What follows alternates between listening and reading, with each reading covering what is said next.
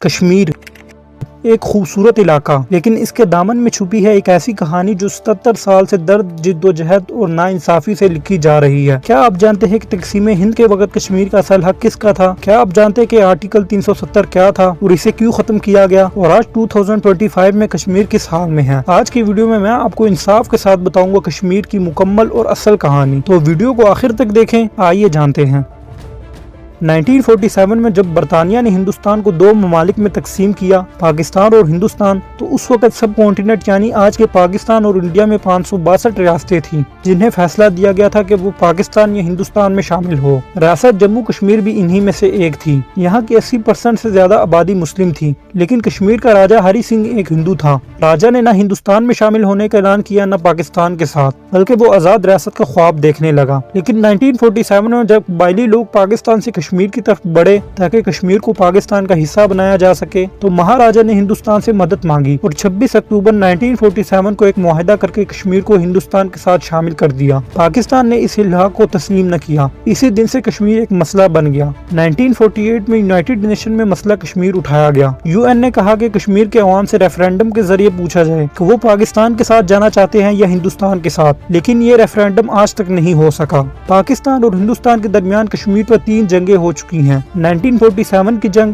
1965 کی جنگ اور 1999 کی کارگل جنگ۔ ہر جنگ کے بعد کشمیر کا مسئلہ مزید خراب ہوتا گیا، لیکن 2019 میں کشمیر کا مسئلہ زیادہ خراب کر دیا گیا، کیونکہ جب کشمیر کو ہری سنگھ نے ہندوستان کے ساتھ شامل کیا تھا تو ایک خاص قانون کے تحت، جسے آرٹیکل 370 کہا جاتا تھا، یہ ٹریٹی انڈیا کے پرائم منسٹر نہرو اور کشمیر کے راجہ ہری سنگھ کے درمیان ہوا۔ نہرو نے راجہ کی تمام شرطیں مان لی۔ اس قانون کے تحت کشمیر کو ایک خصوصی سٹیٹس حاصل تھا۔ ہندوستان کا کوئی بھی شہری کشمیر میں زمین نہیں خرید سکتا تھا۔ کشمیر کا اپنا قانون، اپنا ایجنڈا اور اپنا آئین تھا، لیکن 5 اگست 2019 کو ہندوستان کی گورنمنٹ، جس کی قیادت نریندر مودی کر رہے تھے، انہوں نے آرٹیکل 370 کو ختم کر دیا۔ اس کے بعد ہندوستان نے فوجی طاقت کے ذریعے پورے کشمیر کو لاک ڈاؤن میں ڈال دیا۔ فون، انٹرنیٹ، سکول، کالج سب بند کر دیے گئے۔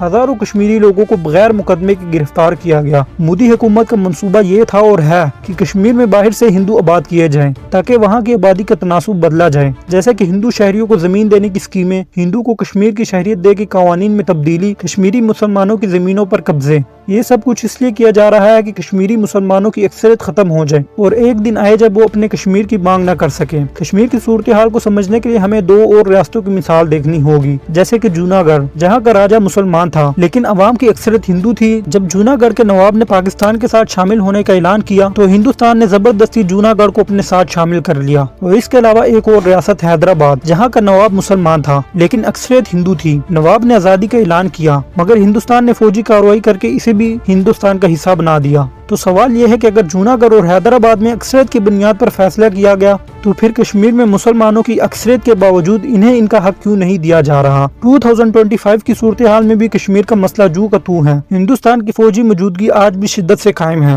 کشمیر میں انٹرنیٹ بندشیں اور کرفیو لگتے رہتے ہیں۔ ہزاروں نوجوان، کتنے ہی لیڈر جیسے کہ یاسین ملک یا تو جیلوں میں ہیں یا غائب کر دیے گئے۔ ہیومن رائٹس کی تنظیمیں آواز اٹھاتی رہتی ہیں، لیکن بڑی طاقتیں خاموش ہیں۔ پاکستان اور ہندوستان کے تعلقات ابھی بھی خراب ہیں۔ اب تو حال ہی میں 22 اپریل 2025 کو پہلگام اٹیک کے بعد پاکستان اور ہندوستان کے درمیان سفارتی تعلقات بھی محدود ہو گئے ہیں اور تجارت رکی ہوئی ہے، اور کشمیر ہمیشہ ان کے درمیان سب سے بڑی رکاوٹ ہے۔ کشمیر کا کل رقبہ 1947 میں تقریباً 85,000 مربع میل تھا۔ آج پاکستان کے پاس آزاد کشمیر اور گلگت بلتستان ہے، جو پورے کشمیر کا 35% ہے۔ ہندوستان کے پاس جموں کشمیر اور لداخ کا علاقہ ہے، جو تقریباً 45% ہے۔ چائنا نے بھی کچھ حصے پر قبضہ کیا ہوا ہے، جو کل کشمیر کا تقریباً 20%، یعنی کشمیر ایک ریاست تھی، آج وہ ریاست 3 ملکوں میں بڑھ چکی ہے۔ کشمیری عوام صرف ایک چیز مانگتی ہے، یہ آزادی، یا کم از کم یہ حق کہ وہ خود فیصلہ کر سکے کہ وہ پاکستان کے ساتھ رہنا چاہتے ہیں یا ہندوستان کے ساتھ۔ یہ حق یونائیٹڈ نیشن نے بھی تسلیم کیا، لیکن آج تک پورا نہیں ہوا۔ کشمیر صرف ایک زمین کا ٹکڑا نہیں، یہ وہاں رہنے والوں کی شناخت، ان کی نسلوں کا مستقبل اور ان کی قربانیوں کی یادگار ہے۔